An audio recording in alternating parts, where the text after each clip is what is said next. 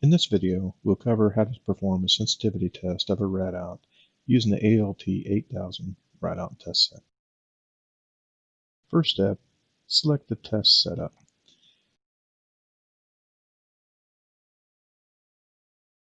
Select the General tab. In this test, you'll need manual control of the RF settings. So select the level mode, set it to manual. That's the only setup that you need to be concerned about at this point. Go back to the simulation page, selecting the simulation function key.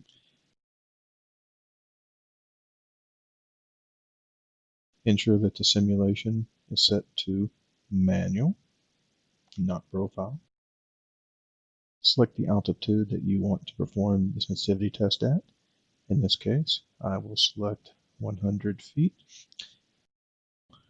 My RF power can be manually controlled now. One thing you can do is press the button at the bottom of your keypad and select different types of input changes.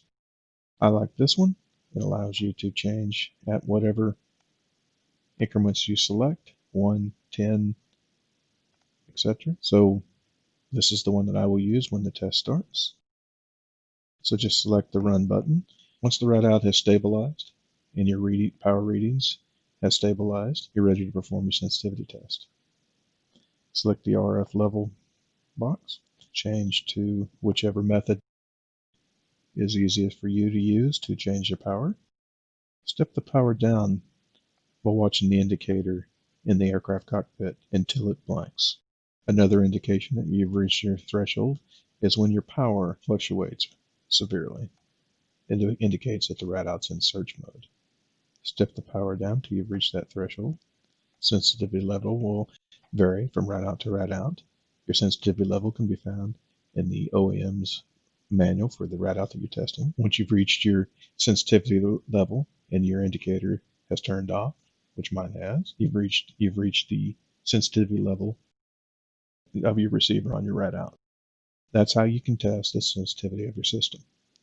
If there was an attenuation or some other type of a problem in your system, your sensitivity level would be extremely high, and it can be determined here.